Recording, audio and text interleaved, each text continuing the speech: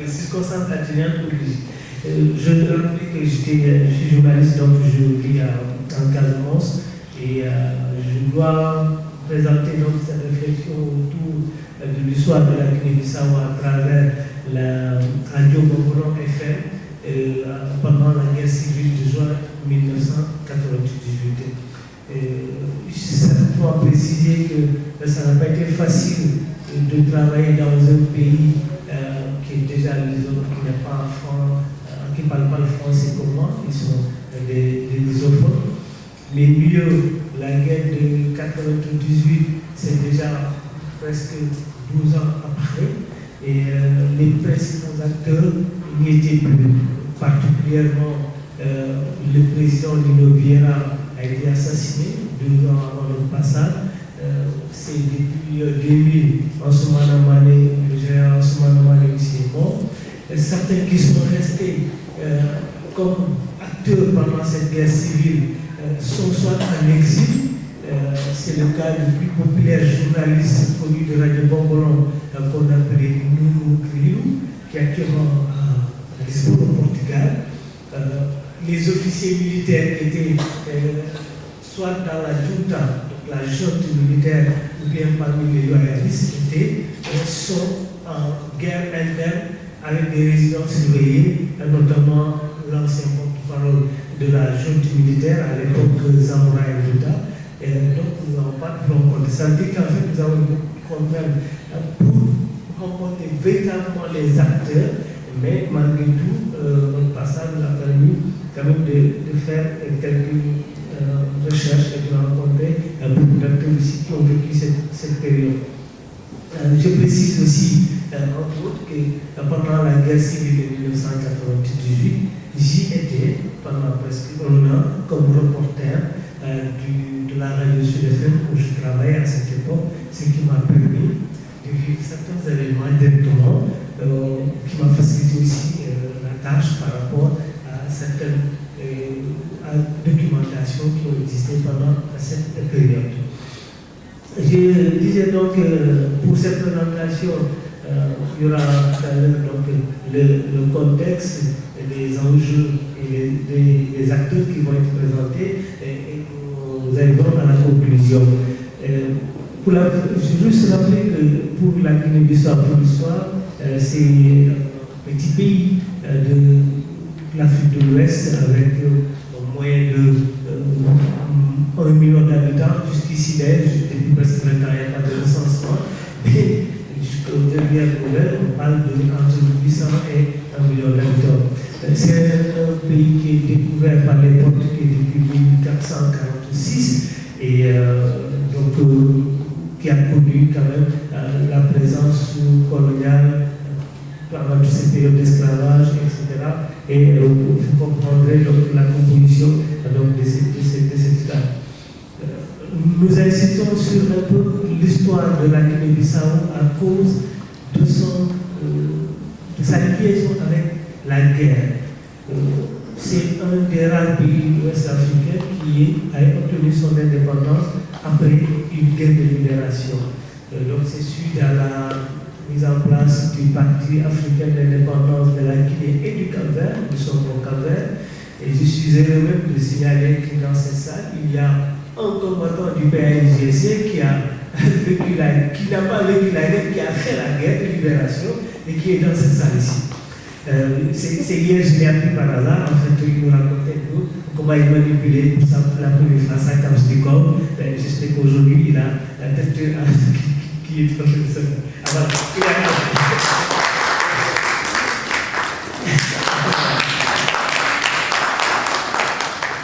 donc c'est un ami de l'amiral Camara. Il a vécu cette période de la guerre de libération puisque le PAIGC veut couper ces 2 pays actuellement, la Guinée et le Cap-Vert qui n'étaient qu'un. Donc après l'indépendance en 1973, c'est que Amical Cabral a été assassiné à Conakry avant de l'indépendance et c'est Almeida, son frère, qui va être président, qui sera aussi renversé par un coup d'État en 1980 par João Bernardo Vieira de Nino Vieira. Donc vous comprendrez que depuis la période coloniale jusqu'à l'indépendance, c'est un cheminement de guerre qu'on a connu au niveau de la Guinée-Bissau. La guerre de 1998, donc pour aller très rapidement, est partie un peu de ce contexte que nous avons vécu. Il y a eu la fragilité du pouvoir avec la pauvreté, les hommes qui n'ont pas...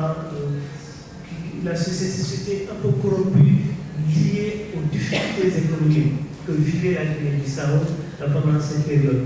Les différentes guerres, comme je disais, la particularité d'avoir été entretenues et gérées par les médias habituellement. Les radios et télévisions considérées jusqu'ici comme des outils de développement et de consolidation de la paix et de la liberté d'expression deviennent des armes destructrices de la paix. Et c'est ce que nous allons voir avec ces radios dans cette guerre. On ne peut pas faire la comparaison avec la radio bucolique. Et ici, chacun avait sa propre radio. La radio nationale, nous y reviendrons tout à l'heure, avec les doyens, c'est fidèle au président Nuno Viora, et une radio qu'on appelait à l'époque la radio de la Junta, Vance de Junta, pour parler précisément créole. Les deux acteurs du conflit ont misé sur cette communication pour gagner la guerre.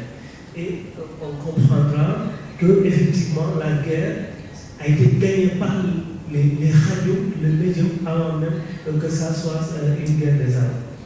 La junte militaire a confisqué une radio privée dénommée Bombolong FM, qui est l'objet de notre réflexion, qui se trouvait à quelques mètres du camp où les rebelles s'étaient retranchés, le camp qu'on appelle le camp de Bra. Pour ceux qui connaissent un peu la Guinée-Bissau, si vous quittez la capitale pour aller à l'aéroport, vous trouvez à pratiquement quelques 100 mètres de l'aéroport. Et la radio de la radio Bombolong se trouvait juste en face du camp militaire. Actuellement, d'ailleurs, c'est le siège qu'occupait la radio Bombolong est devenu l'université Coulinas de Pao, qui a été ouverte il y a quelques années. Les loyalistes utilisaient donc le pouvoir pour utiliser les médias d'État, notamment la radio nationale. Alors, la Guinée-Bissau,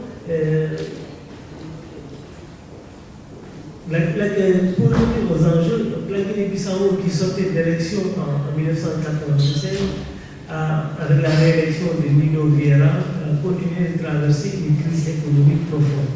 Cette crise est aggravée par l'entrée du pays dans la zone Ivoire. Pour plaire un peu à ses voisins, il y a eu à côté le Sénégal qui a encouragé avec le président Diouf, Nino a intégré la francophonie à l'époque et du coup intégrer aussi la zone Ivoire et changer donc de monnaie. Le peso est parti et la Guinée a intégré la zone Ivoire avec le CFA. Les fonctionnaires qui sont restés presque 10 mois, 12 mois sans être payés deviennent tout de suite des gens qui n'avaient plus rien parce que non seulement la vie devenait trop chère, mais il n'y avait même pas de salaire. Et si on comprend que le salaire moyen d'un officier de l'armée en Guinée-Bissau ne touchait pas plus de 15 000 francs CFA actuellement. Imaginez, il est resté 10 mois sans salaire et que bon, ces pesos ne venaient plus, c'est maintenant du CFA. Pour acheter un sac de riz, il faut en moins entre 8 000 et 12 000 francs à l'époque. Voilà un peu ce qui compliquait les choses. À cette situation économique difficile s'ajoute donc cette rivalité qui remonte donc de cette période d'indépendance avec tous ces militaires qui n'ont jamais été démilitarisés.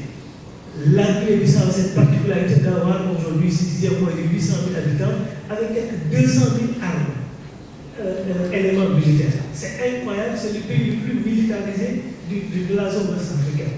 Pour moins de 800 000 habitants, vous avez 200 000 militaires, ça pose problème. Et c'est jusqu'ici ce qu'on nous rend compte que, en fait, la Guinée-Bissau n'est pas encore désarmée. Et chaque ancien combattant est un chef. Parce qu'en fait, il vous dira, j'ai combattu, c'est à cause de moi qui a l'indépendance, il n'est pas question qu'on décide à ma place. L'armée constitue donc une menace du pouvoir politique, et jusqu'ici, nous le sentons, même s'il y a eu des élections, qu'elles soient démocratiques ou transparentes, tout ce qu'on veut, c'est l'armée qui dirige jusqu'ici les pouvoirs politiques en Guinée-Bissau. Et le président Lino Vieira l'a compris, en fait, quand il a accusé son chef d'état-major général des armées, le brigadier Ansoumana Malé. Entre parenthèses, Ansoumana Malé n'est pas un intellectuel, c'est un ancien combattant qui a pris ses galons à cause de sa combativité, et ça ira, Inch'Allah. Alors, il s'agit d'une guerre interne entre Bissau-Guinéens, mais qui a tout de suite dépassé les frontières du pays, avec l'entrée en jeu du Sénégal, qui avait peut-être derrière cette intervention, parce que le Sénégal a intervenu dans cette guerre civile, en envoyant quelques 2000 hommes dans ce qu'on a appelé l'opération Gabon. La Guinée, Conakry, va envoyer aussi pratiquement plus de 200 hommes pour appuyer le gouvernement de Lino Vieira face donc à la junte qui avait déclenché cette guerre civile. Mais la junte, pour régler son problème, va évoquer tout de suite une question fondamentale et particulière en prenant la radio Bongolo et appeler toutes les populations bissau-guinéennes volontaires à venir défendre le pays qui est envahi, je mets anti-griffe, par des étrangers. C'est comme ça que en fait, la Chine va justifier un peu cette situation. Et Bra a refusé du monde d'un seul coup. Tous ces mécontents, ces frustrés, toutes ces victimes de cette crise économique sont venus volontairement se présenter au camp de Bra et à qui on a appris à manipuler les armes, renforçant du coup donc, cette jeune militaire qui est en rébellion. S'y ajoute maintenant à côté, comme alliés, les combattants du mouvement des forces démocratiques de la Casamance qui sont venus soutenir Ansoumana Malé dans cette guerre. Parce qu'au départ, on ne l'a pas précisé, Ansoumana Malé était accusé d'être à l'origine d'un trafic d'armes pour le compte du mouvement des forces démocratiques de la Casamance. Et ces accusations contre accusations, Ansoumana disait que c'est au sommet de l'État que cela s'organisait. Il y a une commission d'enquête parlementaire qui a été ouverte pour savoir d'où venaient ces armes et qui était derrière. Et il a été constaté par cette commission parlementaire que le véritable moteur de ce trafic d'armes, c'était Lino Vieira. Et le porte-parole de la commission parlementaire n'était rien d'autre que Agnello Regala. Et Regala est le propriétaire de la radio Bongolo. Recherché du coup, il va se refuser à la radio Bongolo et vous comprendrez qu'ils se sont trouvés dans cette situation. Maintenant, la radio Bongolo était obligée tout de suite de servir de support pour l'armée, la junte plus précisément, pour enfin convaincre les populations. Ils ont élaboré un programme qui permettait à chaque Bissau-Guinéen de savoir qu'aujourd'hui il y aura un affrontement. Il y avait une sorte de jingle de musique. Quand on la mettait tout de suite, bon, c'est dommage de traiter tout, on aurait pu entendre cette musique. Dès qu'on l'entendait, tout le monde se replanchait dans les caniveaux. Parce qu'en fait, il n'y avait pas de bunker. Donc vous allez vous coucher dans les caniveaux en attendant que les bombes s'arrêtent pour ressortir. Donc, chaque Bissau-Guinéen avait son poste radio, écoutait les informations, et quand il entend les Minou Grilou en portugais, c'est Nounou Grilou, et Nounou Grilou veut dire la cigale, c'est ça. En fait, c'est une manière de Bassirou Dabo, qu'on a assassiné dernièrement en 2009, plus proche de Lino Vieira, et qui est mort, assassiné, parce qu'en fait, c'est le règlement de compte de 90 qui se poursuivent jusqu'à maintenant au sein de l'armée. Pour terminer, il faut, peut-être dans les questions, on reviendra sur tout cela, mais comprendre que la radio est arrivée à créer un espace, Radio Bongolo précisément, un espace où on lançait les SOS. Si vous perdez un parent, si vous sur quelques maladies, il y avait des émissions qui étaient élaborées pour prévenir contre le choléra, contre les MST, parce qu'en fait, c'était des populations qui bougeaient beaucoup, qui se déplaçaient, qui fuyaient. Elle me disait qu'elle a fui quelques temps pour aller à Dakar et revenir, comme dans d'autres intellectuels bissau-guinéens, parce qu'en fait, la situation était telle. Mais il faut simplement préciser qu'il y a eu même la guerre des hommes. Quand on parle de guerre des hommes, ce n'est pas entre la radio nationale et la radio Bongolo, qui se jetaient des mots, mais on a utilisé des armes pour détruire la radio nationale. Et comment on appelle, la jeune est allée à Dakar, qui est juste à côté de Bra, pour fermer l'émetteur de la radio de Bombolo, de Radio Nationale, pour éviter que les populations reçoivent des messages donc, de cette radio. Et ça veut dire qu'à tout point de vue, ils n'ont pas manqué de se battre par tous les moyens. Et terminer en disant que cette guerre, si elle a été gagnée, en ce moment, Mané dira qu'en fait, c'est grâce à la baie 106, la bombe 106, parce que 106, c'est la fréquence de la radio, Bombolo FM, et B, c'est comme une bombe de l'ordre de Staline qui a été lancée tout le temps contre les populations, comme en fait les ennemis qui doivent être sur